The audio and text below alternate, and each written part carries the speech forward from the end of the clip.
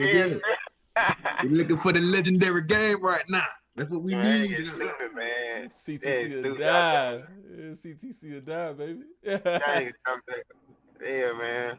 Appreciate that shit, man. Yeah, but man. Yeah, man. So what y'all feel about Hold on just a second, Paul. Yeah. I'm gonna do a little live intro real quick. It's connecting to Facebook now. Alright, bet. Nigga, we in this thing live once again. Another Stay Dangerous podcast, man. I got a very, very special guest in here tonight, man. My boy J Paul, Demigod. The Demigod? You dig? What's going on? Yeah. Hey, while y'all in here, man, go ahead and hit that like, share, and subscribe button. Hey, Smurf, I need your help this week. You got to do all the sharing. I'm over here fucked up. I'm on the one bandit right now, fam. What's wrong with you? I'll tell you what we got off the podcast. Oh, Lord, boy, don't tell me you was jerking that chicken a little too hard. No, baby. Put out the game. Hell no.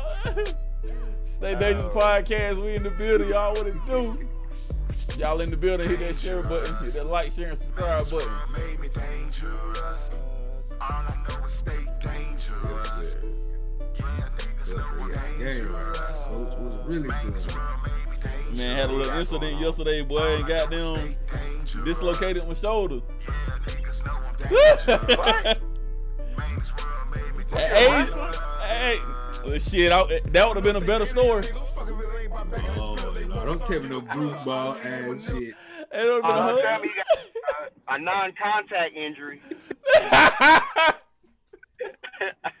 Oh, Lord. We ain't gonna do it, y'all. We in the building, man. Y'all hit that share button, hit that like button, hit that subscribe button, man. I'm in here interviewing a very special guest tonight, man. Somebody I've been hanging around for a minute. Been paying attention to all his moves, and he been making some major ones lately. My boy J Paul, the Demigod, CTC will die, man.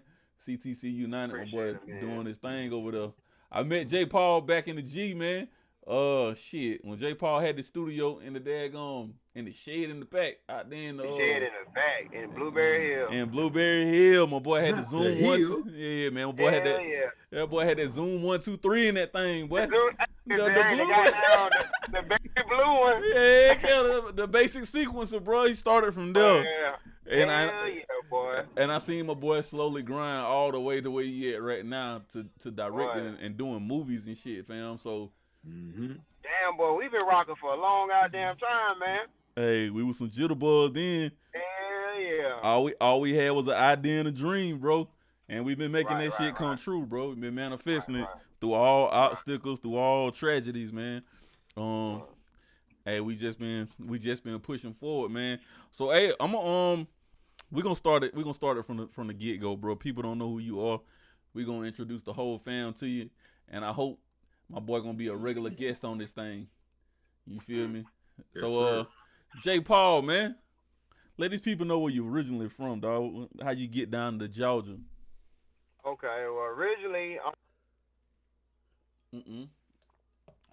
Hey Paul, that's a really crazy one. Okay, it's like I'm from a bunch of places, but it's like my main home is Valdez. So I say Valdez when people ask me where I'm really from. Like I was born in Augusta, family from Jersey. But like all my family is Jersey, but I was born in Augusta. But I was raised in Valdez. If that makes sense. Yeah. Shoot. All right. So what was? Yeah, I hear you. Okay. I just kept going in and out. What you was originally when you originally started, you know, dealing and dabbling with the music, like what was your ideas? How you got started? Like what even triggered that idea for you to even mess with music like that? Hello, you hear me? Yeah, I hear you. Can you hear? Yeah, I was coming. Yeah, I was just leaving. I guess I was going through a bad area. I don't know what the hell going on. Probably so. But yeah, man. Going back. Yeah, man. Like I said, born in Augusta, but raised in Valdez, man. All my memories and all that in Valdez. Yeah. So, hey, how you started with the music, bro? Okay, shit, that started, man. Honestly, bro, like I used to always like, my family always just listen to music. Like my daddy, he was on like Bobby Womack, Shalimar. My mother Classic. was on Nita Baker, Mm-hmm. Betty Wright. You know how the South is, and then you know you got your drunk side of the family. You know they vibe off the hole in the wall music and shit. Yeah, yeah. You know what I'm saying? You already know there's gonna be a pint of liquor somewhere. You hear that juke joint music playing. But Indeed. um, but yeah, man. So I used to always just so I just being around the music. I just never understood how I used to hear instruments that people couldn't hear in the music. Like most people that listen Mm. to a song, they listen to the words, they listen to the beat. Mm-hmm. But it's like when you musically inclined, you start hearing like the smallest elements in the shit. Like damn, Yeah. oh yeah, they got a tinkle bell in the back. They got Mm-hmm. a church organ or some shit. You like you don't hear that. You know what I'm saying? So Yeah. I thought that let me know I had an ear for music. So I just started. And I used to always get the CDs back in the day, all the record companies. And instead of I listen to a whole project, and I be reading the credits. Yeah. So I'm like 8, 9 years old. I know I know about a producer. I know about executive producer. Cause I'm looking at all these CD covers, and back in the day, you was cool for like how many CDs you collected in your book. Especially when they first came out with the CD Mm-hmm. wallet books. Hell yeah. Especially if you had like all the no limits in one book or some shit like. Hey, listen, my book at the house right now. I got a page Yep. full of Cash Money. I got a page full of reggae music, bro. Yeah, Yeah. for real. Like dead ass, bro, for real, bro. Like that was the wave, bro. Like shit, like you get like chicks used to get in your car, boy. They used to love going through your CD book and shit. Yeah. Oh, you got all the good shit in this motherfucker, man. Heck yeah. Mm-hmm. CD But stay yeah, going missing. You let certain people get in the car, boy, for real. Oh God. yeah, yeah, yeah, man. But just being in tune with music, man. I just staying. And then I was like, okay. Then I started, some of the CDs and some of the vinyls. They used to have an A and a B side, and the B side mostly was an instrumental or Mm-hmm. something like that, or it was an extended version that had like instrumental parts in it. Yeah. And I used to like just play around with them beats, man, and just freestyle off those and shit, man. And I think my first freestyle was on Me, Myself, and I by De La Soul. Woo. Mm. That was the first freestyle. Like So just so freestyling off that shit. that's where them bars come from. Then you was on De La Hell Soul yeah. early, boy. What? Yeah. So me, myself, and I, and then that's just then it was like drama when drama first had that song. Yeah. I think Boy, everybody boy, had that instrumental, boy. I had that thing on rotate. everybody, Heck yeah. boy, Heck the yeah. instrument is still hard to this day. Uh-huh. Yup. Miracle. I think Camp produced that. That was drama. Drama. Yeah, Okay drama. then. Miracle had that song Bounce. Oh, Bounce, yep. bounce, bounce. Mm-hmm. Yup. Heck yeah. I knew it was I had to one get of them them. too confused. I had to get them too confused, man. Yeah. So around the time I met you, I say shit, we was about 13. We were Yeah. young as hell, man. Young. You was already full fledged with the keyboard, the Zoom 1 2 3. So at that time, like musically, what do you think you was at, or what direction you was trying to go with your music? Because I know you always had a squad of people around you, like Shout G. You had my boy Mike D, man. Wallace. That goddamn Mike. Heck Goddamn yeah. Mike, man. Man, Hey. honestly, bro, man, I ain't gonna lie. And I've never told nobody this shit before, bro. Like, honestly, I ain't never talked about it. And this is my first time even talk about it. Like, just being older or whatever. But, like, I ain't gonna lie, bro. Like, there was this guy named Buster from Lounge. Everybody know Buster. Yeah. Buster. So, basically, Buster and my mother, like, they basically, okay, let me say how the whole transition to me, like, actually trying to go next to the next level with the music. Before my mother met Nikki or Buster or whatever, everybody knows Toombs County, bro. There's no direction when it comes to like if you're doing any damn thing really besides sports, because True. we like mostly a sports town. You know what I'm saying? So Right. most of everybody that got it, that made it from our town was in either baseball or fucking football or something like that. Yep.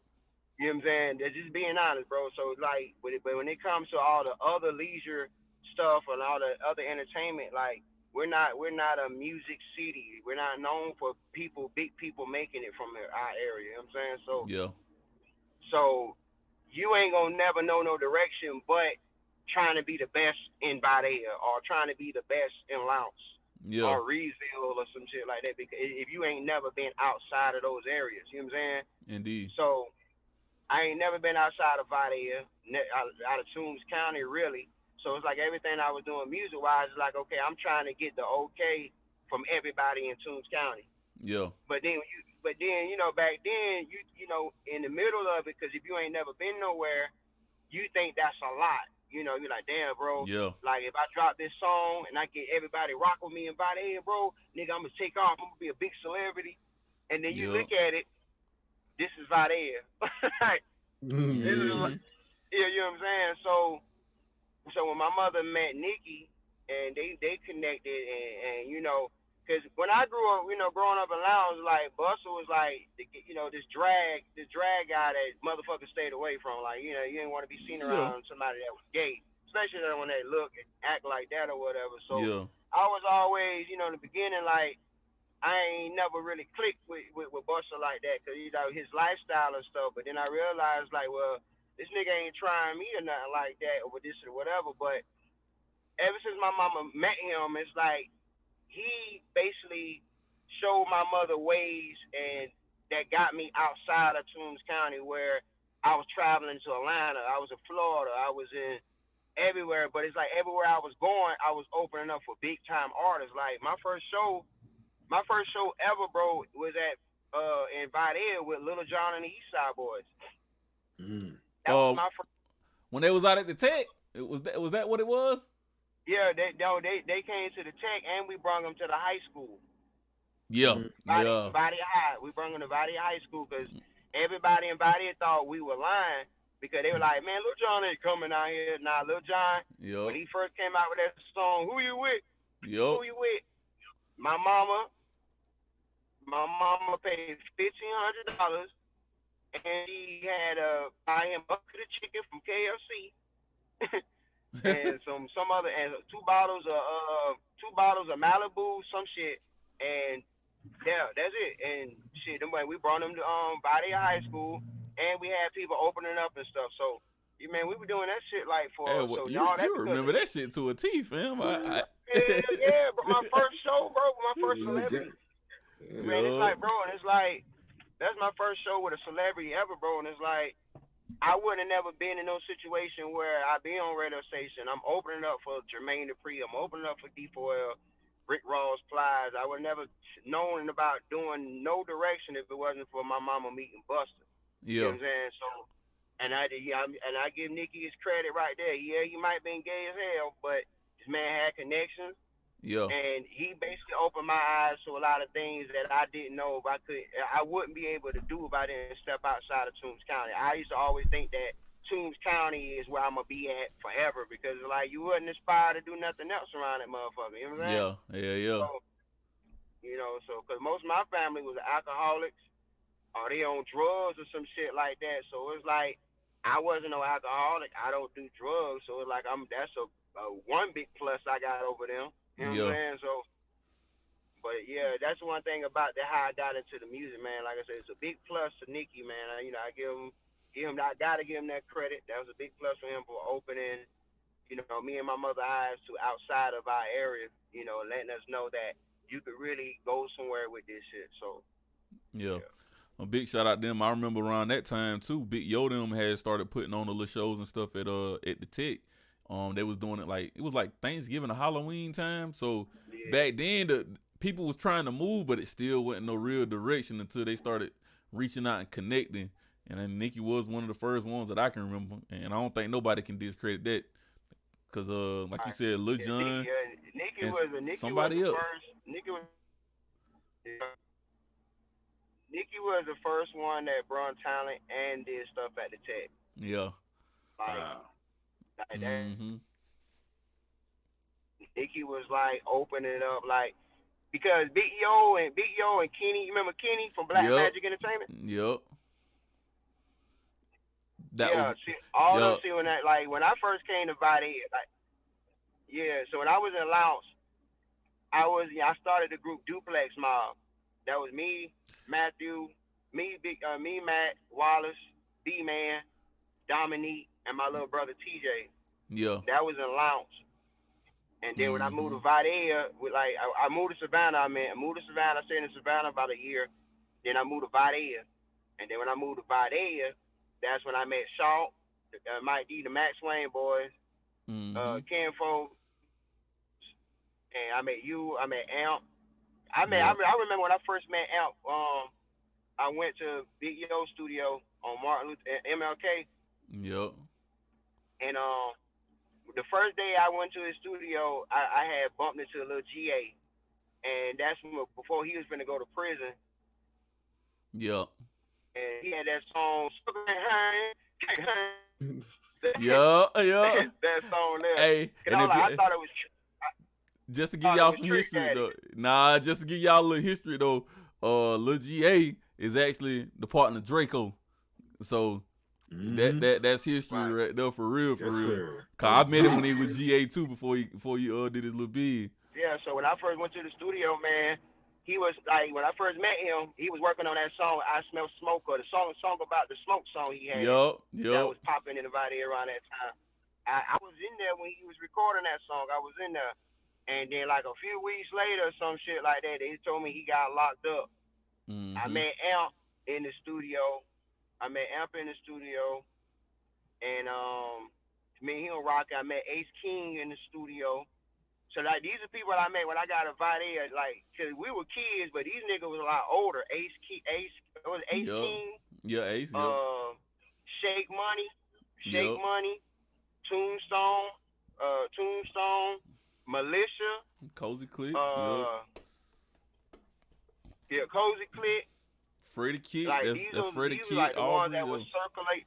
Freddie Kid and Aubrey, those ones that were circulating in Vade when I first came, cause when I met them boys Militia, they had that song Fox Den. Well, what nigga done told you that? Ain't hearing that shit. Ain't playing that shit. Fucking with my goddamn nerves. Hey, I got the album. I still got the album, fam. I still got that song. I still got that album, bro. I ain't gonna lie, man. I rock with that album, bro. Hey, listen, dog. That's probably one of the first verses I ever remember. Like, seriously. Ain't hearing that shit. Ain't playing that shit. Quit fucking with my goddamn reefer. I graduated back in '96 with my nigga Swisher Sweeter. Aubrey ate that shit. Yeah, I'm saying, bro. He ate that shit, bro. But I'm saying, man, like, I've been around for a minute, man. Like, even with the talent, like some of the talent that we brought to Toombs County, like with Camouflage, before Camouflage started popping, like we was bringing Camouflage about here. Like, nigga, I was on Camouflage, bus fucking with Camouflage. Like it's facts, bro. Like Camouflage been about here plenty of times. That's because of Nikki. Like, I'm just being real, bro. Like, we met this man personally. We met the Dirty Boys. Hit the flow. We met them boys. Niggas. They raised the nigga, boy. Yeah. I'm telling you, like, I met them niggas personally, bro. Like, we brought even some local talent, like Red Coat. Nobody in Toombs County know nothing about Red Coat. What's the other nigga name? Man, we brought a lot of people down that way, bro. Like, seriously, man. It was a lot of stuff moving going on then, and then you dropped a couple albums down this way. I think I still got one of them somewhere, bro. I'm gonna have to look in my old CD book, but I think I got one of them joints somewhere. I was cleaning up some stuff one day, and I was going through a drawer because all the stuff that I got from Toombs County is in my safe, and so I was going through the drawer. I had the Militia joint. I had something else. I think I had one of Shaw old albums, and then I had a bunch of Shake Money stuff, and then I seen that old CTC. I wanted that double disc joint y'all did when you was over there at the crib, the house, the concrete house right there on right there behind the Flash. Right down the road from the I know what Cat you're talking about. Barbershop. Yeah. You did a double disc over there, and that shit was so hard, boy. For real. So, hey, as far as production wise, how did you start producing? Cause you started producing before you started rapping, or you did rapping first? Oh, is he froze? Hello. Some factual stuff, bro. Damn near every artist that's down in Vidalia, that's like around our age or something, they worked with me, or they've done something with me before. Yeah. Like that's facts. Mm-hmm. Like that's facts. That's facts. That's all facts. Hey, so you started rapping before you started producing, or it was kind of at the same time? I was rapping first, and then the producing thing came into play. I went to Savannah, and I met this guy named Nayu. This is my first time ever being in the studio, because like I produced my first project, Duplex Mall. Making beats on the PlayStation. I was the generator disc. Generator. You put me on the generator disc. Yeah. What? Yeah. Yeah. Hell yeah. Yeah. The generator disc. So I was selling beats on the PlayStation, man. PlayStation 1. Yep. I was selling beats, man. I was selling beats for like $50, bro. And shit, people was buying them, bro. So I was selling beats. I was producing. I was like 11 years old producing albums. I produced my first album. And Moti, I remember Moti heard it, and Moti came to, because people used to come to my house, bro, no lie. Used to come to the house just to see if I'm actually making beats on PlayStation. Yeah. Because they didn't believe it. And I was like, yeah, it's just a generator. Like, generator was like the first Fruity Loops before Fruity Loops. Yeah, dang gum show was the MTV generator that came out, the MTV 2. They did the MTV 2, and then after that they stopped, man. They stopped, yeah. Yep. Hell yeah, man. Yeah, you put me on that shit. One of my first, it was like a game, right? But it had a bunch of samples and loops on it. So you can reprogram and re-chop the loops and stuff. And the first song I ever remixed on that shit was "I Like the Way You Move" by Big Boy, and on Reek G, free Reek G. You know what I'm saying? Graham the grown ass man. But Reek G came in while I was doing it one day, and he just went to rapping, and I was like, ooh, that's what triggered it for me. That's one of the trigger moments for me. And Reek G was like, you need to find a way to save that beat or something. And so I saved it on the PlayStation memory card, dog. But something happened to that PlayStation. I couldn't figure out how to export it. They don't know about that, though, boy. Hey, because I was like, I need to talk to Jay Paul. He know how to export him. I said, I don't know how to export him. I said, I don't get what he doing. And then I went out there. And I think one of the first time I met you had the PlayStation with the TV, with the stereo speakers hooked up to the TV. And I was like, how in the fuck is he doing this shit? My boy's a mad genius back then, boy, for real. Bro, I was cooking, bro. It's like, bro, people don't know the struggle, bro. Like, it's like, I feel like the thing that's going on with kids now, bro, they didn't grow up the way we grew up. Like, I'm glad that we grew up in the country where we had no choice but to take our ass outside and play or get a whooping. Yeah. And so that forced us to have an imagination. So it's like, niggas used to be outside trying to build a goddamn go-kart with some couple blocks of wood and wheels. Like, try to do all types of stuff, but it's just initiative that we had show effort, even though we couldn't actually build it. But just the fact that we had the mindset of trying to do it. So it's like, bro, when I started doing the studio thing, man, it was like I started off having 2 boom boxes. It was like with the tapes. It's like I put a blank tape in this one, and I put a blank tape. I play the instrumental on the tape on this boom box, but I have an empty tape on this one to record my vocals on.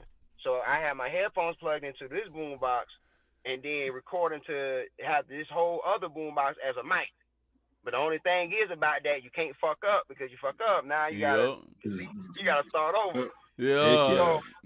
So that technique it trained me on rapping wise, where I can take a lot of things, because it's like in my mind I had trained so much, doing it so the hard way when I was younger, that it got to the point. That's why I don't even write rhymes no more, because it's like I had trained so hard with trying to remember things and without messing up, that it just trained me even more. But yeah, I used to do the 2 boom boxes, and then when I want a dub, I just play. Well, you go through a bunch of goddamn tapes though, but I take the recording I just did, put it in the play box, and put Yeah. another blank tape on that. I mean, put the same one on the other one, and then redub it. So now I got a dub on that, but it was just too many fucking tapes I was going through with that mode. Heck yeah. Hey, yeah. Hey, so I don't know if people I don't know if people understand this, but dog, what he basically did was create his own reel-to-reel system using the tapes. Yeah. You know what I'm Right. saying? And the reel-to-reels, if y'all ever seen a studio, y'all Google it, reel-to-reel, and it's one big wheel here and it's one big wheel there, and that's how recording first started. So it wasn't no stop, copy and paste. It wasn't no loop this or move that there. It was just straight one take, dog. And I can attest, I done been in the studio a couple times. J. Paul get on the mic and it'd be a one take session, and it was weird to me when I first seen it. So I was like, how the hell this nigga? Like, cause by then he was on Cubase and we had linked back up. Yeah. So I was like, how in the hell he just sitting here, like, and effortlessly, no effort whatsoever. You know what I'm saying? I was like, how? You know what I'm saying? Yeah, you can't waste no time with them tapes, man. You got to make sure you on point. I remember that. Yeah.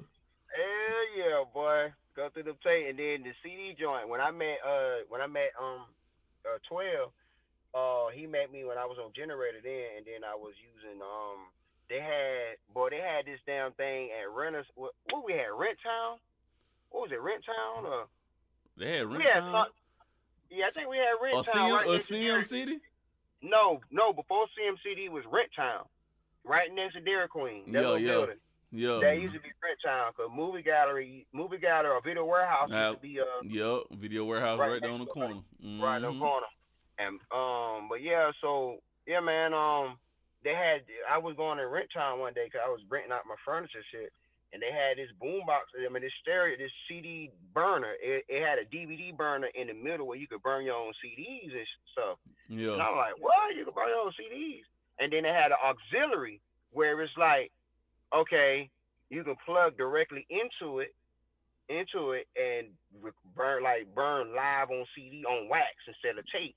Yeah. And then, but if you get the rewritables, you can dub without taking it out because you can record multiple times on it. Yeah. So, and that's how I was doing that with that. And then if I wanted to get a beat or something, I'll play a beat, but I had the beat playing because with Generator, they wouldn't really allow you to export certain things. Yeah. So what I did was how I got the beats off.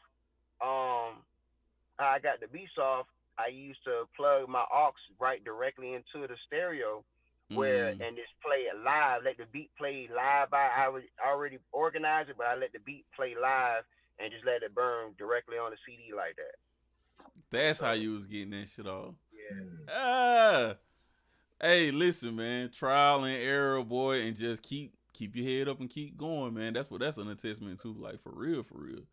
Right. Boy, just kept moving. So, man.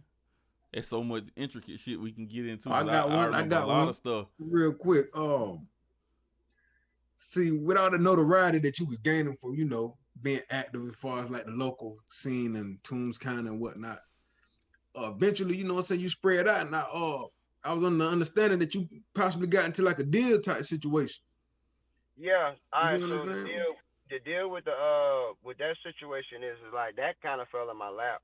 It's like I'm trying to right now. I'm in the process of building the app, the CDC United app. So, with that, it's like I was sitting back, I was looking and examining different things, like different areas, and I did where I was going to drop my product stuff on, what platforms, or whatever. And I started doing like, we from Toombs County, so we all hustlers. Like we know a hustle when we, you could basically see something, be like, okay, that's a hustle. So I was looking at, and I started doing numbers too, man. I was like, okay, how much iTunes charge, how much Spotify charge, how much, just different platforms, whatever. And it's like you gotta get so many streams and all this other stuff to make some type of decent money. Which you gotta understand, if you're independent, it's kind of hard to get those numbers like that, whatever. And then a lot of us want our money and stuff now, so. With the app came, it's like by me filming, a guy of mine, he linked me up with one of his partners. He's an older cat. The guy he old, some older dude. But anyway, he connected with some TV stations and different things like that, and he wound up getting his own his own channel on Roku. And so basically, but he, like I say, he's an older cat, so he doesn't know how to market where to get people. He want to make it where it's black owned, Yeah. but he don't know how to get that market of people to watch and download and things like that. So he really wanted somebody young to come in and take over and actually bring some people to the channel and different things like that. Black filmmakers and independent people where they have a way where they ain't got to spend all this bukus of money, or they ain't got to go through so many elements like. Cause Netflix be on some bullshit, bro. It's like a lot of people be, like I said, a lot of people be trying to get this stuff on Netflix, but it's like you putting all your stuff on Netflix, and Netflix, you're not getting no real money unless it's a Netflix original. You Yeah. get what I'm saying? So What it's does like Netflix original mean? all right, so the Netflix original mean is like, okay, set up as me, you, Smurf, we do a movie together or something like that. Mm-hmm. And we want to drop it on Netflix, or we trying to get it on Netflix. For one, Netflix have a certain camera requirement that it has to pass in order for it to even be on it because of the codecs, because of the certain Mm-hmm. certain quality and stuff that they guidelines they go by. It has to be a certain sound, it has to be a certain quality, certain codec, certain camera. And if the only way your film goes on there if it meets certain things, but it has to meet at least 5 or 6 of those items that's on like a top whatever. Yeah, a little But criteria list or whatever. yeah, pretty Okay. much. But the but we'll put our movie on there, and it's like, okay, we put our movie on there. We only get paid for people going to watch it. People streaming it on Netflix. We get paid for so many streams. Besides Netflix, it's a Netflix original. Netflix is paying you to do this film. Like they bought the film from you, or it's one of their originals, so they'll pay you. Like they'll give you, like they might, like they gave, what's the name? Chris Rock. Was it Chris Rock? Dave Chappelle or Dave Chappelle. Yeah, Dave Yeah, yeah. Chappelle. Who else they gave it to? They gave it I to think Chris they did Rock. get Chris Rock too. Yeah, Yeah. they got Yeah, Chris Rock Chris too. Rock. Yeah, so like you might like he just dropped another Netflix original. Like Hulu, they do the same thing too. Like they'll get a director and be like, okay, we want you to film for Hulu, and there'll be a Hulu original movie that it only be on Hulu, or Yeah. it only be this and this and that. So that's the difference between those two. Instead of me like just upload it on the platform, and the only way I get some income is by the streaming. Instead of with them, you get paid up front. They're paying you, up front to make their original. You know what I'm saying? Yeah, yeah, yeah. Yeah. So that's the difference with that. And then they tax too, bro. Like I know, like a Netflix placement now is like what 5,500, something like that. Mm. Mm.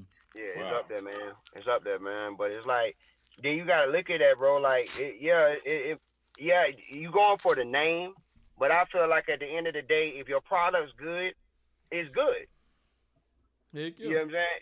It's gonna be seen. It's gonna be shown, no matter what platform it is. And I just feel like a lot of us get lost in that we need to get our stuff here instead of we need to create. You know what I'm saying? Yeah. I think a lot of us get lost in that trend because it's like even as producers or something like that or whatever, we might see something that's working, is trending, and we feel like, well, hey, I think I put mine on. I think I can have a shot, and not knowing that if we just get off our ass and just market and strategize our stuff better, Yeah. we can have those same elements. Right. You know what I'm saying? So, and I think that's what a lot of us, when it comes to black folks, I think a lot of us, we don't succeed that much because of one, bad enough our parents already, your parents lead the pathway. And I feel like if your parents don't put you in a good situation where if it's financial strays or living arrangements or you grew up without parents or anything, you're gonna have it rough. You're gonna have a rough start compared to ones that got all their parents. They sending them to college. They giving Yeah. them different options and choices where they can choose. Now if they fuck it up, they fuck it up. But I feel like to the ones, like certain ones that we ain't fortunate like that. We ain't fortunate with both parents in the house. We ain't fortunate where our mother is a millionaire or some shit like that, or owns a company or something like that. So we have to work 10 times harder to make a name and to get ourselves in a better situation in life. So that's like one of the main reasons I'm going so hard, cause like I'm trying to break my generation curse, as far as my family, because in my family, there's no Mosley, there's nobody in my family that's successful enough where they can change the landscape of our family name. Right. Like, you Indeed. know what I'm saying? There's nobody, and it's like we gotta stop.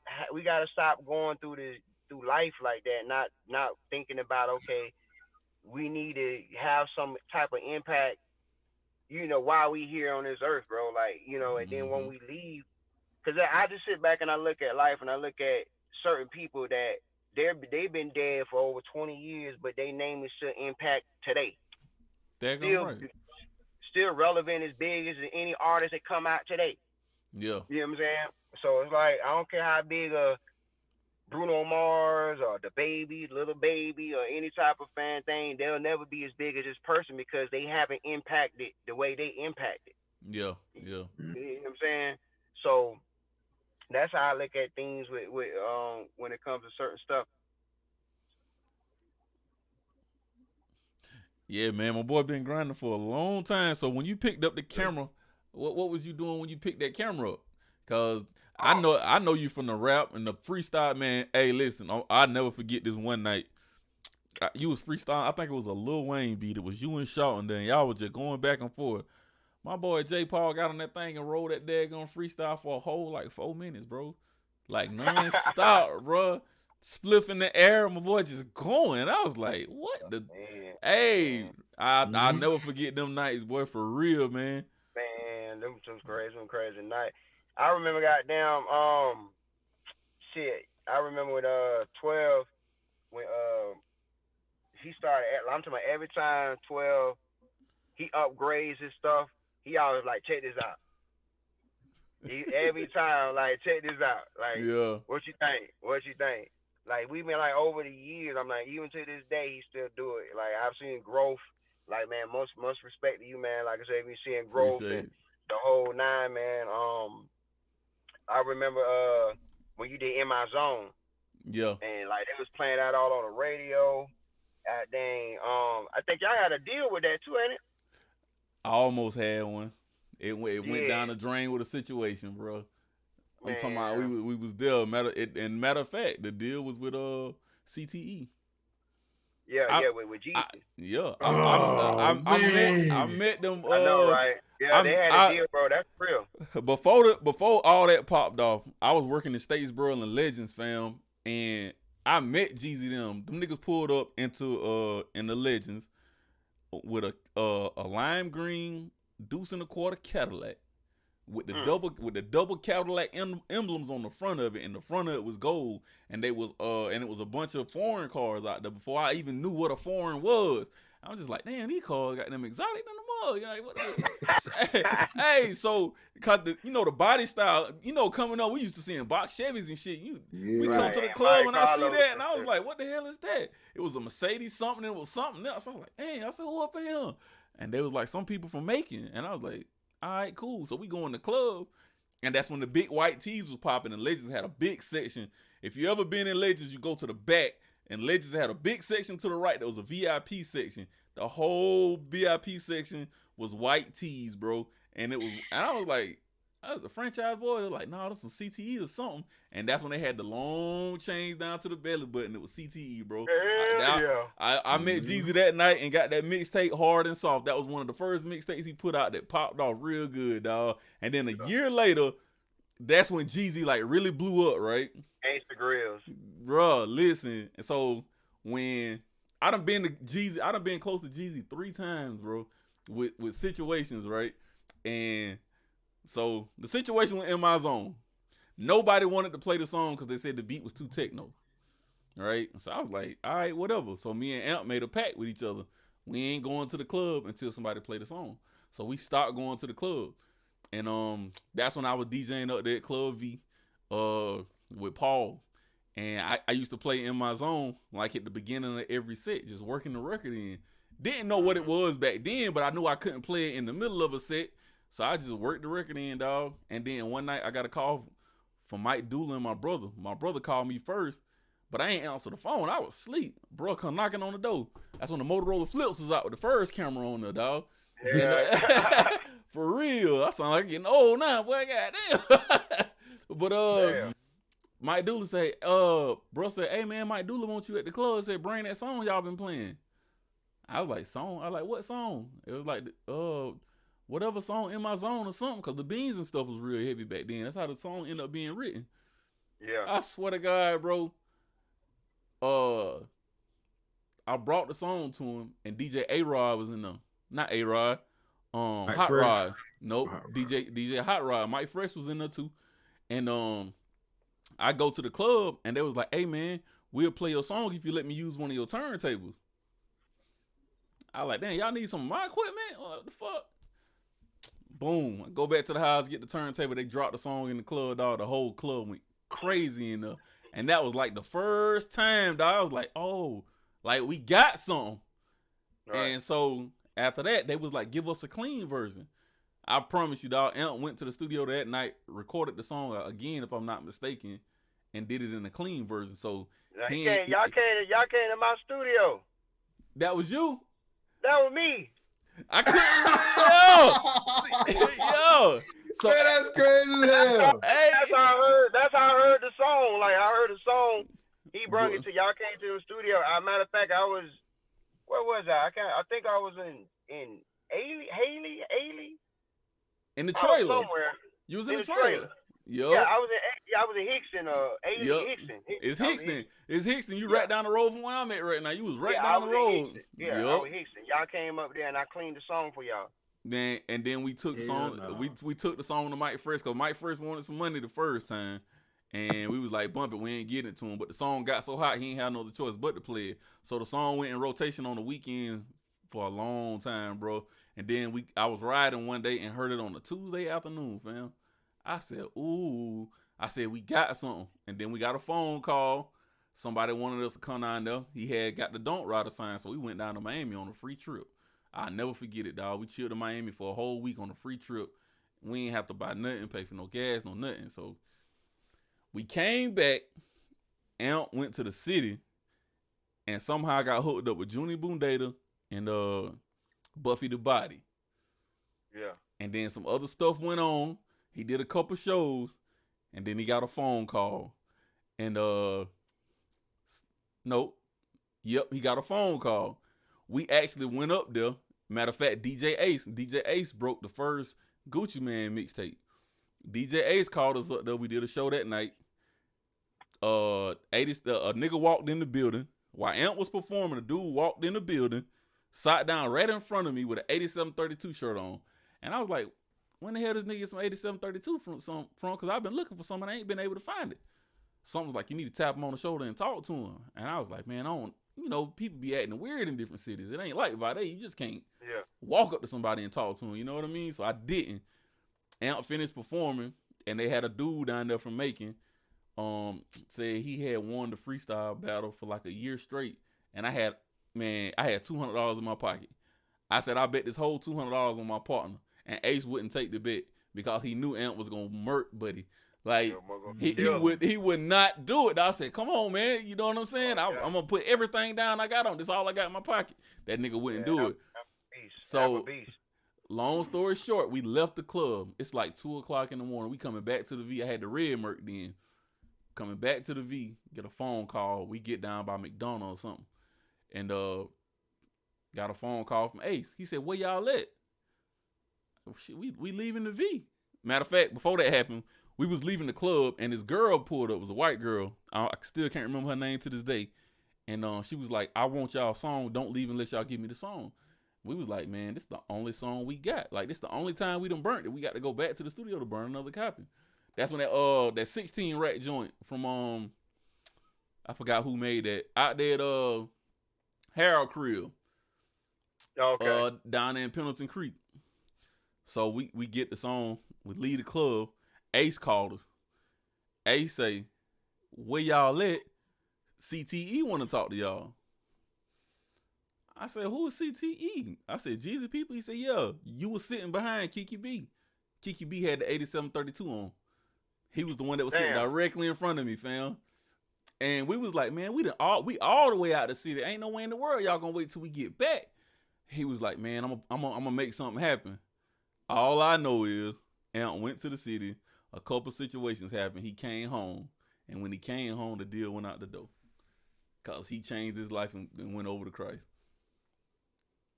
And So that's when it happened. yeah, it was on the table. Jesus, Oh, and I'm gonna tell you the exact era that it happened in. Jesus was on tour. Jesus was cross seas on tour. Kiki B said, "Wait till he get back, cause he got to sign off on everything and make sure everything legit. But you got a spot. Guess who he signed in that spot where Amp was supposed to be in? oh, Freddie Gibbs and them niggas Hella Flow. If you remember that group. oh man, yeah, I remember Hella Flow. Them boys they ain't even had a hit. My point exactly. That's who was signed, bro. That's Freddie how. Gibbs, Freddie Gibbs. At least Freddie Gibbs. He just had a gold record. What recently? Oh, Freddie Gibbs. Freddie Gibbs a lot lately. Hey, boy, Freddie Gibbs fire. Freddie Yeah, Gibbs you know what I'm talking fire. about, yeah. But Jesus just ain't push him. Yeah, but that era right there. Matter of fact, it was 3 people that got signed that year to CTE. It was Freddie Gibbs, Hella Flow, and Blood Raw. Oh yeah, I remember Blood Raw. So in that era, that's when Amp was supposed to sign that deal. Yeah, man, I remember that. Yeah. He told me about that too. He told me what happened with it. Man, yeah. Talk about that. Yeah, man. That's what happened with that. And that shit kind of went out the door. Cause when we came back from Miami, everybody was like, "Man, y'all got a deal." And we was like, "I don't know what y'all hearing, but y'all need to put us on." And everybody just spoke it into existence for real, man. I ain't gonna lie. And we was all we had to do was ink the paper. J. Paul, didn't you have like a deal with Def Jam or something like that? Man, I had 4 damn deals coming up. What? Yeah, man. I had so many record deals, man. It was like, I don't know, man. It's like the first deal we got offered with Atlantic Records, but it was with another company they partner company. It was some company that just signed with Atlantic Records, and we went up there and we was in Savannah. We went to Savannah High School. Savannah High, and we went either Beach High or Savannah High. We went to go do a show, and we wound up losing and got second place. But we did so good that they still offered us a deal. So my mother and all that, man. So we've been talking to them for like a few months, and the reason that everything was taking time because we didn't have the proper paperwork, we had nothing situated. We had to get all our stuff situated. We were just doing music like we don't know. We from Toombs County, we don't know what the hell going on. And then we were underage too, so it was like we had to get a lot of stuff going on. So during the meantime, while my mother and all that, like we had to take pictures, do bios, get your press kit right. Yeah. We had no press kits or nothing. We were just doing music, so we ain't know nothing about all that. So in the meantime, while we getting our press kits and all that stuff situated, we automatically think, we young, we automatically think we got a deal. Like we got it, which we do have it. We got it. So we were going to school, not learning, just fucking around, playing, doing all types of stuff. So a month and a half later, when we were supposed to go to Atlanta to meet the guy that signed the deal, my mother called him and put him on a little speakerphone and say, "I'm sorry, sir, but since they getting in trouble in school and their grades are flopping, we will call you back whenever they're ready." Oh, man. Boy, Paul ain't know that. What? Hell yeah, boy. I wish so much hateful shit on their ass that day. Boy, nigga, I was hurting, boy. I was pissed off, boy. I was hurting that day. I was like, yeah, man, that was the first one. Second one was more on some bullshit. It was a bullshit ass deal. The second one was with Epic. Third one was with we was going to sign with Interscope, but it was a company that was with Interscope. But the guy, I didn't like the guy, his business practices. Like, it's like, I don't know, man. He wasn't operating like I felt like he should. I think he should. I don't know. That was a bad spirit. And then this last one, the Def Jam thing. That whole thing was a floozy. Like, even with that, it wasn't even the real people on that shit, bro. Like, it was like, what? Yeah, bro. It was like, cause I done talked to Def Jam, and I done had representative from Def Jam offer me, A&R offer me a 360 type deal. You know what I'm saying? With Def Jam. So I know the kind of somewhat of the procedures of how they used to do it, but there was this guy named Boss Diddy. His name Michael Mitchell on Facebook. If anybody watching this, he's a damn con artist. But he was in North Carolina, man. He did a showcase, and what they do, man, and what these people do, bro, it's like they got this thing where you can buy the rights to use logos like Universal, Sony, Oh man. things like that. So you pay like $2.99, and this is real shit. You pay $2.99, and it's basically like it's like some sign money that the record labels are doing, some type of shit, but it's actually legal and stuff. But Yeah. you pay pay $2.99, and you get the rights to use a logo for a year. Damn. And so you have a lot of these people. You see a lot of these people around here doing that. You might see them like, hey, I'm signed with Sony Orchard Music or Orchard Music or some shit, Yeah. or I'm signed with East India Def Jam or some shit like that, or some weird shit. But yeah, they market those logos, and they be actually telling people that they sign with these people, and they be using these artists because if you can get $100 out of 5 artists, easy, Yeah. Most definitely. easy. You know what I'm saying? Because you feeding off their dreams. Everybody want to be successful and big time. So only thing they see, you spice your page up, make it look good. You know what I'm saying? Take a few pictures with a couple celebrities, throw it on your picture, put the little Def Jam logo on there. You fool a lot of people, Yeah. and that's what happened. Him and like 7 other so-called A&Rs, they put together a promo tour, and they was charging artists like 500 for a spot, Yeah. the tour, and then at the end of the tour, they choose who they want to sign to their labels or sign to the deal. But I felt like my thing is this, man. I feel like you shouldn't have to go through all those different types of stipulations and realize if somebody dope or not. Yeah. Right. You know what I'm saying? Like it shouldn't have to be no well, we're gonna go on tour for 3 months and see how good you do in 3 months, and then after 3 months, if everything go good, we'll sign you. Like that's kind of stupid as fuck. Yeah. Because for one, you're not looking at it as far as the music. You're looking at it as far as pocketing something in your pocket. Yeah. You know what I'm saying? So, but yeah, man, I realized, and then when I was on that tour, man, one of the guys was like, he pulled me to the side, bro. Like he called me to his room. We was in there smoking, and he was like, bro, man, you one of the realest cats I've ever met, man. You down to earth, and he like, man, I'll feel bad if not putting you on game. And this is some old hair dude, but he was like, I remind him of him when he was young or whatever. But he been telling me like, yeah, man, my dude. He said he hit me up. He like, hey, bro, you want to make a couple thousand? You want to make $2,000-3,000 going on this 3-day tour? He like, yeah, what I gotta do? Only thing I do is tell people that you with these people. They pay this, we break you off. Tell them that you gonna sign them and this and that. Then do different tours around different places. Damn, man, them motherfuckers were racking up, bro. They had over on the bus they had 2 buses. Each bus hold up to like 30 people. Yeah.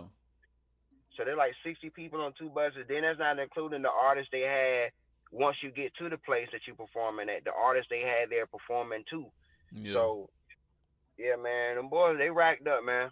They racked up big time. And then after that, That's crazy. I haven't heard from that man no more, man. Like he started getting a lot of threat, like life threats. Man, it was crazy, bro. You had people traveling from, like we had to meet up in North Carolina.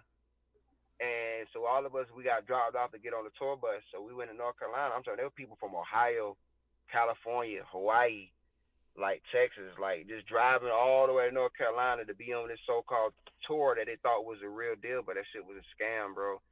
And yeah, that man had got some death threats. They ran that man out of North Carolina, man. That man, I just seen his page now. I seen his page the other day, but he in Florida now. He doing that same shit down there in Florida.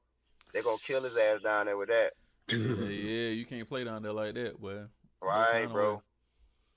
Especially Man, playing that's with crazy. people, you playing with people's dreams and bro, dude. And even to this day, bro, I got a video recording of this man, like a whole hour, me and this man on the phone, bro. Like he was acting like he was with Def Jam, like just like literally, basically like he was basically what it was like, okay, he got this dude named Wise McGriff. Wise McGriff used to be with Def Jam. He used to be. Now that's true. He used to Yeah. be with Def Jam, but this nigga been fired from Def Jam since the '90s. Like, you know what Dang. I'm saying? Right, you know what I'm saying? So, and it's like you got fired for a reason. Yeah. So, and then when they start talking about his accolades, and I noticed all the people that he say that he helped come in the game, them boys are not, they ain't doing nothing no more. I mean, besides LL Cool J. But LL Cool J is an iconic name, so no matter what he do, he don't got to prove music no more. Yep. Yeah. So, but you're still not the prime thing of his success. You know what I'm saying? So, Yep. Yep. Yep. but he knew Wise McGriff. Wise McGriff was on the tour bus too.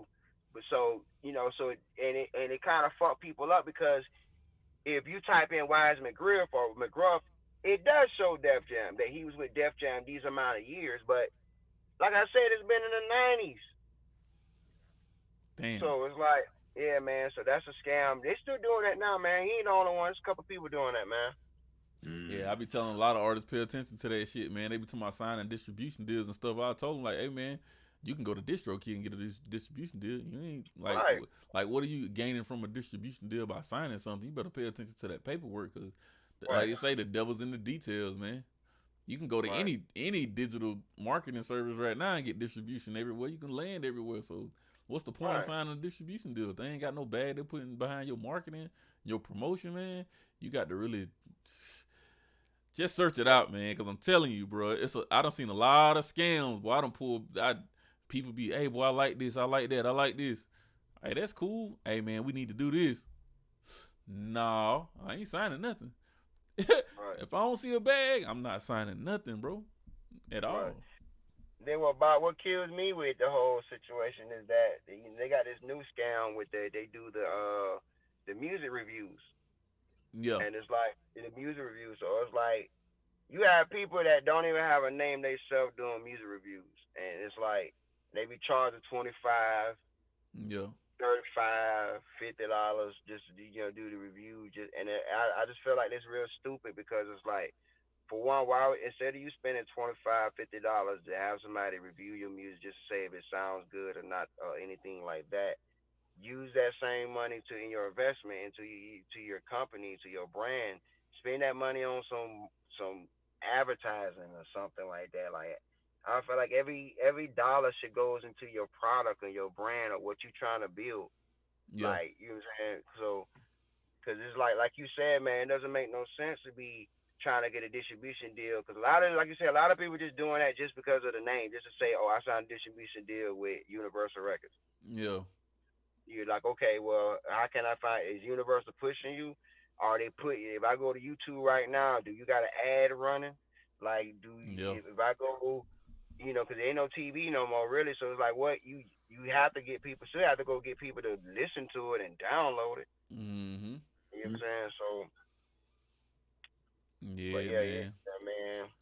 So, when you picked up the camera, bro, when you start playing with the videos and stuff, cause I just know I looked up one day, I'm like, my boy J. Paul doing videos too. I said, dang. Going The next thing I know, dang, J. Paul just recorded a movie.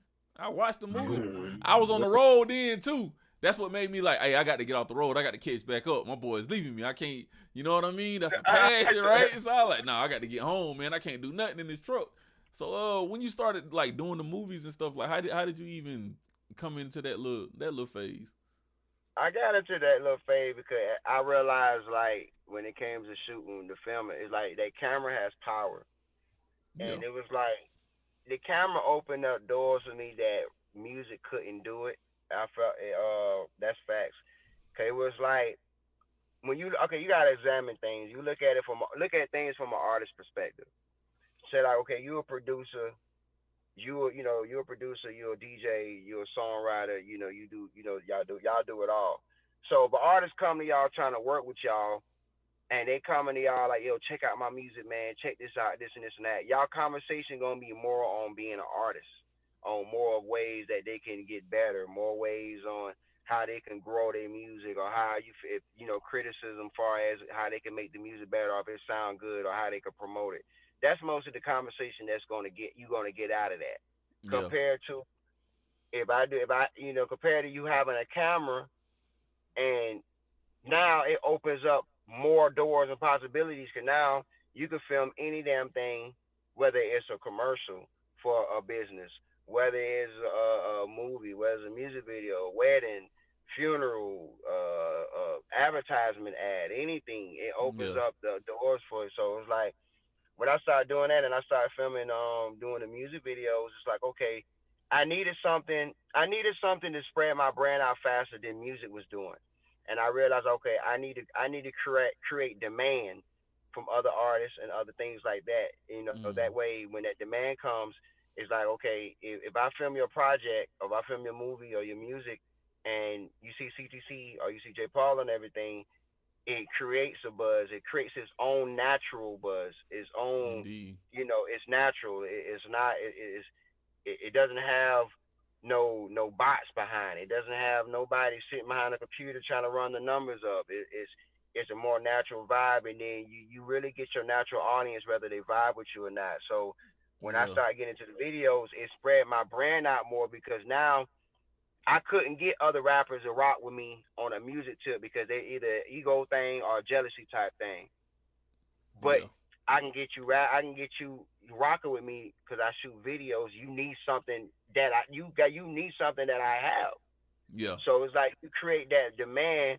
When you create a demand, you make the people come to you. You don't never try to go to the people. You make them come to you on the strength without even asking them to come to you. True. Mm. You know what I'm saying? So, you got to think of it like that. So when I do something, I don't never try to reach out to a bunch of people, because, Eddie, we all know your idea is your idea. Ain't nobody going to put that much drive and attention and effort in your idea because it's your idea. You Yeah. get what I'm saying? So that's why I've always put my foot forward and try to do things. So when I did the filming and I realized that the music video got me a way bigger audience, I'm like, okay, I've always been a fanatic. Always been a fan of movies, and I grew up watching movies and stuff like that. So I want to get into the filmmaking. And believe it or not, bro, like when I got into the filmmaking, that what did it. Like that what made things pop more. Where it's like, okay, more eyes, more attention. Because what I also realized is like I have more determined, more people that gives a damn more when it comes to movie than I had dealt with people in music. Like Ooh, boy, that's a gem for y'all ass, bro. That boy. that's facts, Mm. bro. Like, dude, I'm being honest, bro. It's like I've been doing music all my life, bro, and it's like when you dealing with people when it comes to music, when you're dealing with people on the music side, you ever dealing with a lot of egos.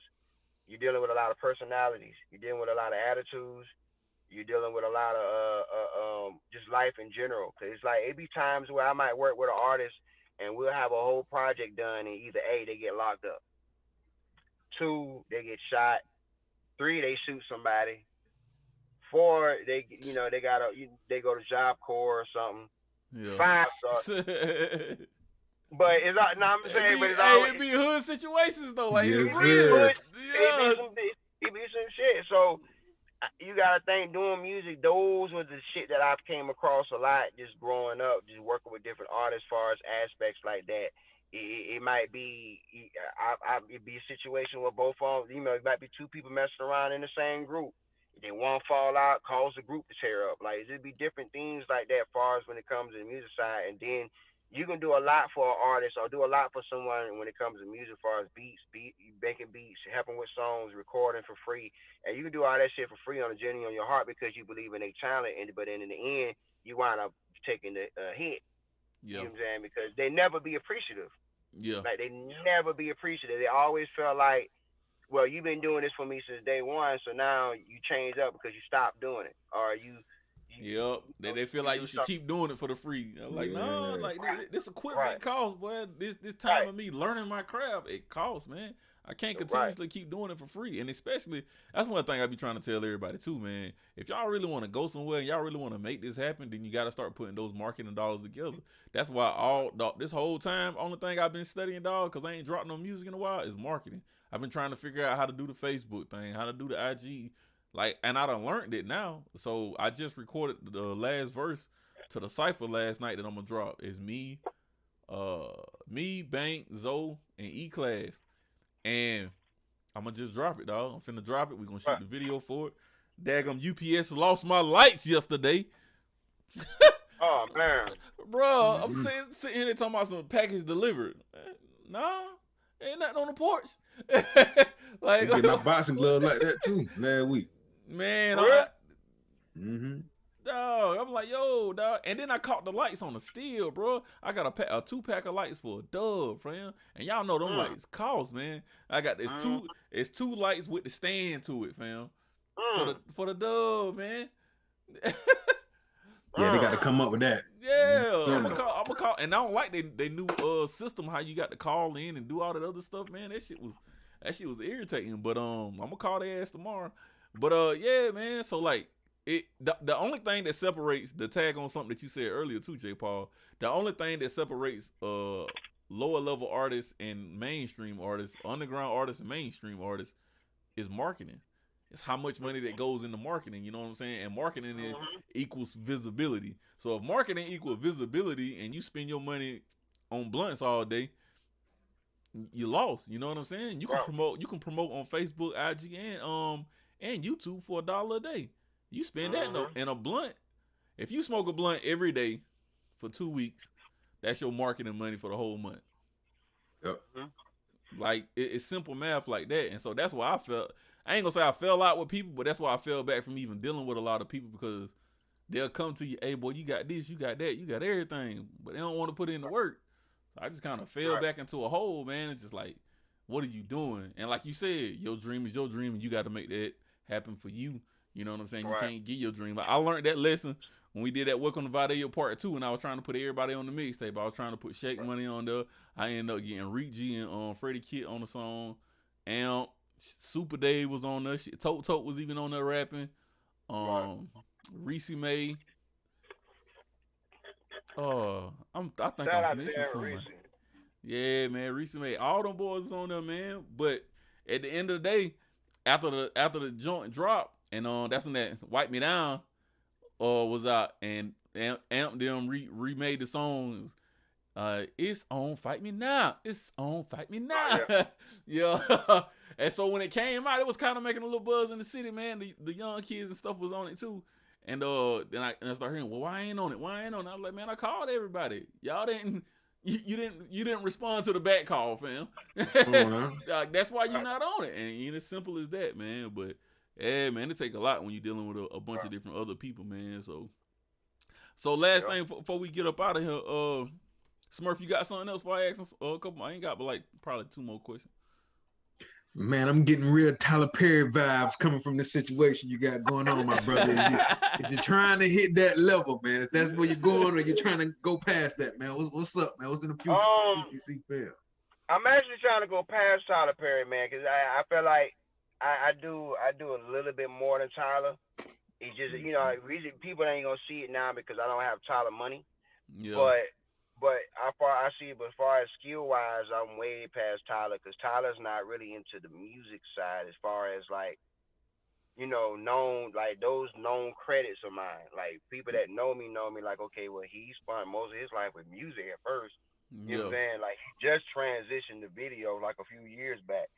So I said, as far as that, just as far as everything that I do, as far as the elements, like, even with the premieres, like I set it up where it's like I shoot my own movies, I showcase my own movies, I air my own movies, like I bought my own, like when I had invested everything into like filming equipment, because I was, when I first shot Bros, I was trying to get it filmed at the movie theater down here, and they gave me the okay on it, but they was trying to pimp me. They was like, well, hey, we'll let you play your movie for, you pay $500, we'll let you play your movie here. I said, okay, that's good. Yeah. But the thing is like I couldn't sell tickets. and I couldn't sell concessions. And I'm What? like, well, I'm like, well, how can I get money back? Yeah. No, because it's dealing with the box office and different things like that. You would have to go to a hierarchy, and so you even talk to somebody on trying to, because when you do that, it's dealing with movie ratings, and it has to go through a certain company, and yeah, I get you. you know the little film rates you might see, like this movie is rated R, and it has like the company that rated it, Yeah. so it has to Hey, go through a. I got a way to beat that. Stay on the line when we in the podcast. I just thought about something. And it's because of COVID-19 that's making it more popular right now that you can get around it, and it's gonna be simple. It's gonna be simple. It's gonna be Okay. simple as hell. I promise you, fam. Simple as Okay. hell. And that way, we can control. You can control not only the concessions, but you can control the money that's coming in, and you can still, we can still advertise. My mind been working on the marketing side, bro. For real, for real. I got you. I got you, dog. I got you. So, hey, so you did all that stuff. How did you get on the Roku thing, man? How did you end up getting the channel on there? Yeah, like I said, it fell in my lap, man. The guy, like I said, he came to me. He was like, "Yo, man, I need some fresh eyes on it, fresh hands on it. I've been working on this for 3 years, and I can't get it where I need it to be, or whatever. I just really need you to come in and just take over it." So he basically is like, he got a call. He came in. We had a meeting. He was like, here's the passwords. Here's a login. Here's this. Whatever you want to do with it, run it." And it's like, yeah, and it's one of those channels where we're gonna set it up where, see, the thing about it, okay, we're gonna set it up where it's like, okay, it's gonna have Hollywood movies and independent movies in it, but we having a hard time with the Hollywood movies on the strength of being rights, the rights Yeah. and different things like that. So it's kind of hard to put any type of movie on there, or whatever. So like I told him, the best way that we're gonna do is just make it a independent filming platform and stuff like that, where we just get a lot of independent films on there. I feel like people is people. It don't matter whether it's a box office people. If you can get numbers on the channel, you get numbers on the channel. Yeah. And so that's how most of that came in with that situation right there. And then, like I said, we charge directors, like if they want to put their movie in there for a year, we charge them one set price. It's not no back breaking price. It's just something for the guy that's still over it. Like I said, he's basically his name is Thelonis. He's basically over it. He basically over it, but he got me operating it. Okay then. So, yeah. Shit, that's dope. God bless it. Yeah. You know what I mean? Yeah. Oh yeah. Yeah, He basically say it's mine, because he does anything that he said, anything you want to do. He said, "Hey, it's all you. You got it." I said, "Oh, okay, all right." Just woke up one day. That's what it was. Okay, that's what it is. Hey, I ain't gonna argue with that. I ain't gonna argue with it. No. So, as far as dang, you did the films, you did the hey, and I ain't gonna lie, you did a good job on a bunch of them. Cause when you was dropping them when I was on the road, bro, I'll pull over at night and pull them up. I was just searching them, trying to, you know what I'm saying, pull them up, and I was watching them, and I was like, "Hey, boy, my boy J. Paul doing the thing. The sound quality was right and everything, bro." And I yeah, I respect anybody that's doing this shit as long as we've been doing it, dog, and steady making progress. And we have our frustrating times. I'm gonna ask you this question then. So when you get frustrated and ball down, how do you come back from that place? Because as independent artists and music producers, whatever you want to call yourself, entrepreneurs, that shit get tiring, fam. Yeah, you know what I mean? Man. It ain't for the weak. It ain't for the weak, boy. So hey, how do you come back from the dark places, fam? Honestly, bro, the number one thing that you, when it comes to like, when you in them states like that, it's best, honestly, bro, I'm being honest, it's best to operate and do things mostly independent, basically like mostly by yourself. Because I feel like at the end of the day, when you go to bed, you by yourself most of the time, unless you got your wife but for the most part, far as when you wake up, if you have a brand, you have an idea, you got to have those solid people around you to make it happen. Everybody got to be on the same page. And to get out those, because I'm being honest, bro, a lot of our dark times come from the people that we bring in our life. Ooh, bars. So, cause honestly, bro, when it's a total change of the guard, bro. It's like the guard change once you take those people out your life, and then you feel you breathe different, you move different, you think different, and it builds you up because it's like, okay, it was stuff in this situation, this relationship, certain things that I met around this person where I don't want to be in a situation like this no more, or she made me feel this type of way, or he made me feel this type of way. I don't never want to be in a situation where I feel vulnerable, or if I feel like I want to kill someone, I will never be in this situation. So it sets standards for you. Well, I look at it as, okay, this is another standard that I have to fix and put in my life where this automatically be my firewall to pop ups. You know what I'm saying? Ooh, So yep. yeah. So that's even with a bitter ex. If you have a bitter ex where it's like, she just determined to make your life a living hell or whatever. I keep those people from a distance, and I kill them with nice kindness. Don't argue back. Don't do anything. Because I feel like the more you release your anger out and different things like that, the more you be a vengeful person. Then you start feeling yourself doing revengeful type shit. Like, I'm gonna do this shit, piss this bitch off, or I'm gonna do Yeah. something, kill it. Like, Yeah. so I try to just not think about what people do, and when I get in those dark things, man, I get productive. Productivity, it kills my depression. Yeah. I don't never go through a depression because I try to stay active. I try to stay busy, and that's something. Even with somebody when like you get older, like in your 60s or 70s, they tell you not to sit around or lay around because it's not good for you. Your age, your bones gonna stiffen up. They gonna lock up. So you gotta move around. You gotta stay active. Mm-hmm. And then black don't crack the more you stay active. You, Right. you Yeah. know what I'm saying? You know what I'm saying? So keep yourself in shape. Cause I mean, you look at our beautiful sisters now, man. Gabrielle Union, Sanaa Lathan, all them. They in their 50s, damn near. Yeah, yeah. So you know what I'm saying? Some of them in their Yeah. 60s, shoot. Angela Right. Bassett, shoot, y'all. Right. Knock the dust Hey. off that. Mm. They said the older the berry, the sweeter the juice. Fool, it's the blacker the Oh, berry, man. the sweeter the juice. It's sweeter than juice. Heck yeah. Yeah, man. Man. So what you got coming up, man? I know you working on a project now. Was it Disco or something? What was the name of that? Okay. All right. So I got a lot of I got the CTC United app. Like I said, that app dropping on Halloween.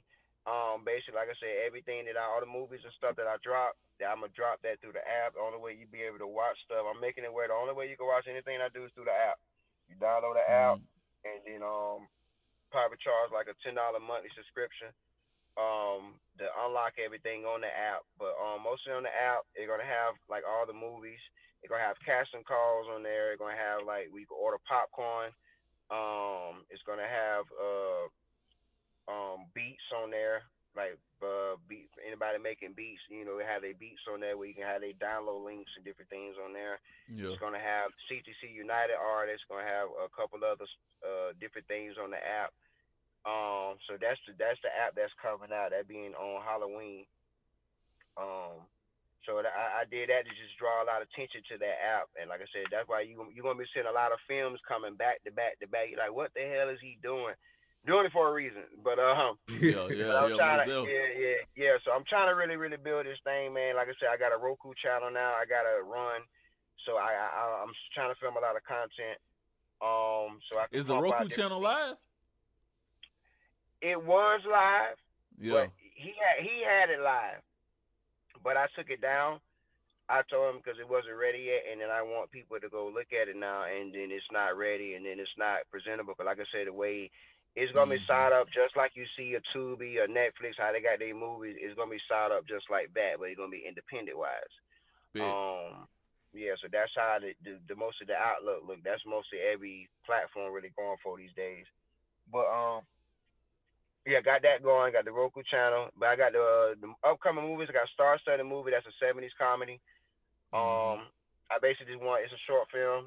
Um, got that one coming. Then I got this series, this horror series called Hideous Horrors. We just filmed the first episode yesterday, Beautiful Ugly. We'll be filming another episode this week, this Friday in Charleston. I'm gonna film one in Alabama. I'm gonna film one in Tennessee, and yeah, I think I said Charleston and some other place. But trying to travel out, man, and really grow the brand out, get that brand out there, man. Indeed. You got some more music dropping too? Yeah, man. Actually, dropping an album and like I said, to piggyback on what you said earlier, because what you said that was a gem that people just overlook every day. And it's like, and I try to explain this to a lot of artists too, bro. Like, it doesn't make sense to keep dropping music if you don't got a fan base for one. If you don't got no type of audience listening to it, like you're just basically playing music to clean up to and shit. Yep. Pretty much. You know how you play some music, cleaning up. You in there by yourself cleaning up. That's what That's what it is. But I feel like you have to draw an audience, and then you got to do anything to draw the audience. If your music isn't drawing the audience up front to pay attention to your music, then that doesn't mean that your music isn't good. That just means you got to find another route to draw people to you. They're just like Papa John's or anything like that. They open up their business. Sometimes they don't go be as big as them. That's why they have people out there doing their signs and, hey, we're opening, grand opening. You know what I'm saying? This thing, because you got to attract the customers to it. So, like I said, it's a big plus, man, on trying to, that marketing and all the other stuff is really important. Now, I said, when you say you took that break, hell, I took a break from music too, do the same thing that you were doing. Yeah. You know, trying to learn it, because it's like, we come from back in the day where, you know, we come from the street team era. Yeah. You know what I'm saying? You know what I'm saying? You gotta have a street team, like hit the streets and pass out flyers and shit like that, CDs. Now it's more digital, so we have to learn it the way they're doing it and apply our old techniques on top of that. You know what I'm saying? Mm-hmm. So that's like, yeah, man. Yeah, boy. I like I said, I got something for y'all this time. When I drop this cipher, watch what come after it. I promise y'all gonna be like, boy, what the hell? I promise you, bro. I got a plan now. Yeah, I'm ready to check it out, man. I'm ready to check it out. So how you wind up getting all them on the cipher? Man, this what happened. Now, I'm gonna tell y'all, dog, and I'm gonna be straight up brutally honest on the podcast. So anybody that wanna understand why the cipher like it is, I'm finna give y'all the real reason behind it. We first seen Zoe shared something on Facebook of the cats in Valdosta. Douglas and stuff like that. They did. Yeah, when they first did it, Zoe said, "Man, we can do the same thing here. We got just as many people." And I was like, "Shit, let go." I said, "I got the beats. What's up?" Zoe said, "I'm down." I said, "Boom." I said, "Who else we need?" Zoe said, "I got a few people. This and person." I said, "I ain't never heard them rap." He said, "I ain't gonna put you on no bull. Like, you know what I'm saying? I got you." I said, "Bet." I said, "If you gonna put them on, you got to put Class on." He was like, "Class gonna do it with no problem." I said, "Bet." E-Class gave me the call, send me the beat. Zoe gave me the call, send me the beat. I said, "Well, y'all send it to everybody else." And, we linked back up in a week. He said, "Bet." Zoe called me the next week. "Man, old boy said he ain't feeling the beat, so I don't know if he gonna get on it." Old boy said, "Why it's gotta be that beat? Why can't we do 3 beats?" And I was like, "What the fuck?" It's like, why would you do 3 beats in a cipher? Like, you know what I'm saying? That's crazy. I said, we trying to have sound quality because the end goal, true enough, it's a cipher, but my end goal was let's put it on these streaming platforms so we can market it. That's when I first started learning about the marketing, the marketing side of it. So I was like, I said, "Man, bump it, bro. If they ain't gonna do it, I ain't finna press it." Right? So I end up, Zoe and Class came and laid their verse one weekend, and they went to telling me everybody had problems with it. Everybody said, "Well, they don't really like none of your beats, this, that, and the third." It's like, cool. It's free anyway. How you gonna complain about free? You ain't got no music out. You ain't pushing it. So how you complaining about free, fam? And I was like, Zoe, I said, "Bro, you know me." He said, "I already know what you finna say. Fuck him." Hey, fuck him, bro. You know what I'm saying? At the end of the day, like, I ain't got no problem with it. So my thing was, I wanted to highlight artists that I knew was popping, that I knew was hot, like, period, with the pen. And Zoe always doing something in music. E-Class always doing something in music. So that kind of bring attention to everybody, you know what I'm saying? And it helped blow the situation up. Because like I tell people all the time, watch what Master P them did. You watch what Dipset them did. You watch what So Def them did. And they did it as a group effort. Lil Jon came out to So Def Camp and so many others. Like, let's do it like that. It's going to be easier. You know what I'm saying? Because say we all three of us on a song, me, Smurf, and J. Paul, but they like J. Paul verse better, but they hear Smurf and like, he all right, but you know, but J. Paul got enough juice now to say, hey, I ain't going unless you put my boy on. Right. Like, and then they got to move on that. So it make it a more power structure situation. End of the day, I something to beat out. A lot of people didn't do it. So I was just like, I kind of just fell back, going through some relationship issues, you know, family issues and all this other stuff. And I just kind of, I was still making beats. I was trying to build a website at the same time. Go check the beats out, dj912beats.com, and learning the stuff like that. So my attention got off of the cipher, and I did a couple more songs, and I was like, man, I need a lead song. And the lead song would be the cipher, because not only is it introducing everybody, but it's introducing myself as well. And then I can start dropping other songs behind it. So I got like 5 other songs in the deck right now. I could have been released, but I didn't, because I wanted to roll it out a certain way. Because I done did it to where I dropped songs back in 2016 where I just put them out and they just gained traction by themselves. And then I did it with a couple beat albums I put out as well. It just gained traction by itself, and I just started learning the analytics of it. So I was like, the thing is, now that we got the people that did it end up doing the cipher. E-Class gonna be first, Zo gonna be second, and my partner Bank gonna be third. So I was trying to fill in that fourth one, and because it don't seem complete without that fourth one, it just seemed odd for me to end it on 3, especially if it's a cipher. So I was like, bump it, I'm going to just do the verse. Yeah. And Bank was like, you sure that's what you want to do? I like, yeah. So I did the verse. I finished the verse last night on all the pain meds, arm still hurting and everything. I just did the verse last night. So I like, bump it, did the verse, sat back and listened to it a couple times. All right, let's go. Now I got the lead song. What I'm working on now, I'm hoping some other situations fall through so I can feature somebody. I got 2 people on deck, this artist that I've been talking to, that I can feature on the record. I just got to get some bread into play. You know what I mean? And it ain't even a lot of bread, but me, I'm real particular about a lot of situations. So, and then the cipher, I don't want it to be just this cipher. You know what I mean? I want other people to come out and say, yeah, I rep the 912 as well, and jump on the cipher. So I don't want it to just be, you know, Toombs County. It's a lot of 912 areas. So if you're out in the 912, you're trying to jump on the cipher, I'm gonna provide the beat, I'm gonna mix the track, and I'm gonna shoot the video for it. And y'all ain't gonna pay nothing for it. That's the deal. That was the deal I sought for from the beginning. I'm gonna shoot the video, I'm gonna mix the record, and I'm gonna provide the beat. What else you need? That's the greatest marketing plan for any artist. You got a free beat, you got a free video shoot, and all you got to do is promote your record. Right. How hard is that? That's what I'm saying. I was just trying to do something for everybody. So the cipher just came from my eyes. Zo Money put up, man, and hey, I'm running with it.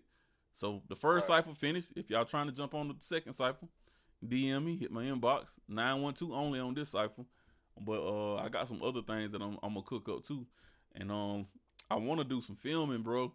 I've been wanting to do it for a while, but I don't want to write everything, man. That's why I keep telling people.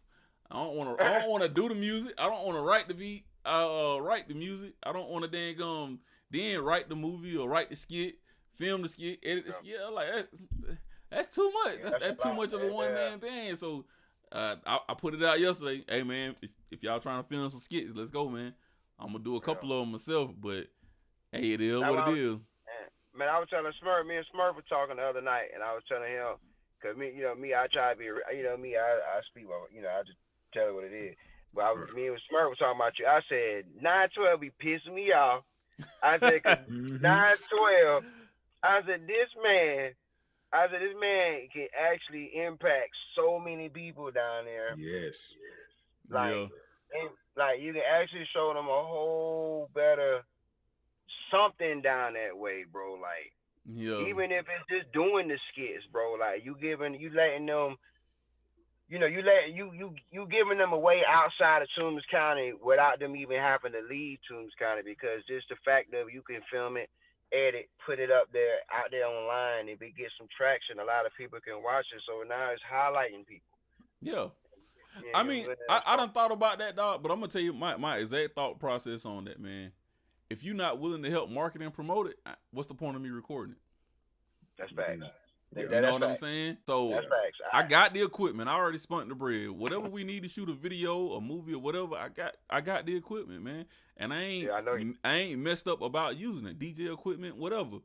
But the thing is, we can record it and put it out. And if y'all don't help share it, and that's one thing about Videa that pisses me off, boy. Y'all don't want to hit a share button, man. Dog, just hit the share button. It don't kill you. Hit the like button. It don't kill you. But Videa do it off popularity for the most popular people. You know what I'm saying? Yeah. Because they be dumb as hell. Cause I be looking I look at Videa people. They'll just be taking a picture of them in an outfit. 372 likes. 200 something shares. But then you have somebody be like, hey, I just found a cure for cancer or some shit. 12 likes. Like, that shit is real, bro. That shit is crazy. Yeah, I don't get it. So I done told everybody. I'm really, I ain't gonna lie to you. My one of the goals that I have for next year, and I want to do a marketing company, because that's all I've been studying is marketing, and that's one of the first college courses I took was on marketing. I still got my books from it, so I understand it, and now I understand it better. That I paid $500. Well, no, I paid about $600 for a marketing course, and just sat in the class for like a whole month and just watch these people do the Google Analytics, do the data analytics for Facebook, and how to maneuver in and out in between their dog. And it's simple, it's easy, but you got to be smart about it. If you're not smart about it and you don't understand these trends and how to trigger them people to hit that like button, you're going to lose out. But I understand that shit real good. But, hey, we finna end this podcast, man. My boy J. Paul, man, make sure y'all check out all his music. CTC, the app dropping on Halloween. Halloween. What's the name of the app? CTC United. All right, CTC United Halloween Day. I will be downloading it. I will be hitting my boy up to do some more music and stuff, man. So, hey, how can they get in contact with you to get in some of these films, man? They hit me up on Instagram. Like, I'm trying to leave Facebook alone, man. Trying to get on the gram, the wave. The gram is the wave, bro. I learned that a lot. Gram is the wave. Facebook is drama. Yeah. So what's your IG? IG J Paul the Demigod. All right, J Paul the Demigod, man. Make sure y'all like, comment, subscribe, and share. That's the interview for the night, my boy CTC, aka Mr. J Paul, man. Video, shout out music to you producer, for coming to show us love, man. Man, anytime, man. Y'all my boys, man. Y'all bros, man. Yeah. Most definitely, man. Most definitely. All right, man. We finna log out this podcast. Hey, Paul and Smurf, y'all stay on. I'm gonna share that idea with y'all real quick. All right. All right. That's done.